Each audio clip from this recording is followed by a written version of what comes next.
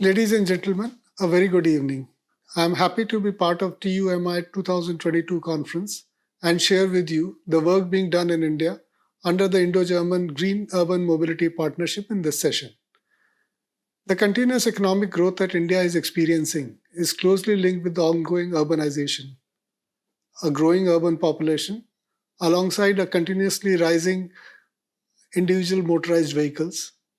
At the same time, more and more sustainable urban mobility infrastructure, such as public transport, e mobility, cycle paths, and sidewalks for pedestrians, are being built. The Indian government recognizes the challenges of climate change and role of transport sector in promoting green mobility. The Ministry of Housing and Urban Affairs has been actively engaged in encouraging and supporting cities to adopt new and innovative low carbon solutions. The country is committed to the COP26 commitments and is making efforts in this direction by increasing the share of renewable energy, improving energy efficiency, adopting sustainable technologies, and climate resilient solutions. The mitigation of climate change has therefore become of India's top policy priorities. In 2021 at COP26 in Glasgow, PM Modi declared India's ambitious climate change action target under the name Panchamrit. Alongside the expansion of renewable energy capacity, India aims at reducing its total project carbon emissions by 1 billion tons from now towards 2030 and by 2070 achieve the target of net zero. The Indian government understands that green transport infrastructure will make a large contribution towards achieving these targets. Therefore, a variety of policies and programs such as PM Gati Shakti, National Master Plan for Multimodal Connectivity, National Smart Cities Mission, Metro Policy, and National Transit Oriented Development Policy, FAME 1 and 2 scheme for the adoption and manufacturing of hybrid and electric vehicles, etc., are being set up to implement green mobility infrastructure in line with Panchamrit. In 2019, India and Germany declared their joint commitment to cooperate in this sector more intensively by establishing the bilateral Green Urban Mobility Partnership as a strategic framework. The focus of GUMP is on improving the access to public transport and integrated urban mobility services by providing state-of-the-art green infrastructure and build the capacity of organizations and individuals to implement such projects. Green Urban Mobility Partnership is supported through financial cooperation instruments through KfW as well as technical assistance through GIZ. GUMP is contributing concretely with climate-relevant and future-oriented infrastructure to attain national and international climate change mitigation targets.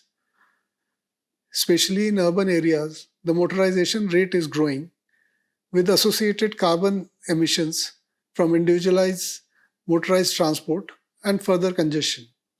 Government of India is following the ASI approach in our infrastructure project, which is first, avoid travel demand by aligning infrastructure with transit-oriented development. Secondly, shift travel from individual motorized transport to public transport and active mobility. And lastly, improve existing infrastructure by making it more energy efficient and less carbon intensive.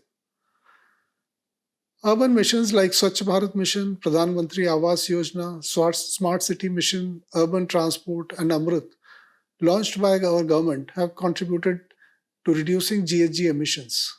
It is vital to provide attractive and affordable public transport and active mobility alternatives to induce a modal shift that will limit CO2 emission from the transport sector. The Urban Transport Division of Ministry of Housing and Urban Affairs has been actively encouraging and supporting cities to implement initiatives like bus rapid transit system, urban transit infrastructure, or financing of metro rail projects, etc. as part of the provisions of National Urban Transport Policy 2006. Throughout all infrastructure projects financed under GUMP, a high projected impact in terms of carbon emissions reduction is ensured. Alongside a shift required in sustainable mobility, the GUMP is also improving existing transport infrastructure to tackle climate change. GUMP activities also ensure that the associated energy demand is met with energy from renewable sources. Only through coupling of energy and transport sector, we can guarantee that electrification of transport infrastructure will lead to a reduction of CO2 emissions.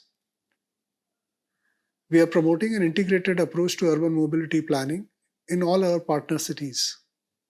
The idea is to realize synergies in mobility plans that integrate socio-economic perspectives with carbon emission and air pollution reduction measures. Therefore, making climate mitigation gains at the local scale while also improving sustainable mobility options for the local population. Regarding financial cooperation funds for green urban mobility, we are grateful to German government's BMZ ministry for supporting the partnership through KfW with concessional loans up to 1 billion euro. KfW's concessional loans are vital in supporting local cities implement green infrastructure projects with a substantial development and climate action impact. I would cite few examples of how Green Urban Mobility Partnership has resulted in impactful green infrastructure projects. In the state of Tamil Nadu, for example, the climate-friendly modernization of bus services aims to cater for an additional 600,000 passengers, resulting in the saving of up to 2,900 tons of CO2 each day. Towards this objective, up to 2,213 aged diesel buses will be replaced with modern, more efficient, energy-efficient models using Bharat Standards 6, while an additional 500 electric buses are planned to be introduced, fueled entirely from renewable energy sources. Another project is integrated water transport system in Cochin in Kerala state. With the support from KfW, the city of Kochi was able to implement a modern, sustainable and integrated water transportation system. The service covers 15 routes connecting 38 jetties across 10 islands, and the ferries will be able to cater to 80,000 rides a day upon full implementation.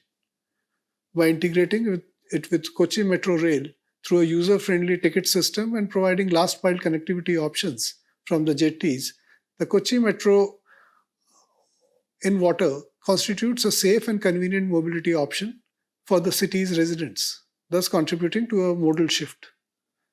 The ferries themselves are equipped with modern and efficient technology that will result in a fuel usage reduction of about 41%, which will ultimately lead to significant carbon emission reductions. Commendable work on cycling and walking infrastructure has been done by Kochi. It also provides a case for the significance of active mobility in achieving the sustainable transport transition supported by GUMP.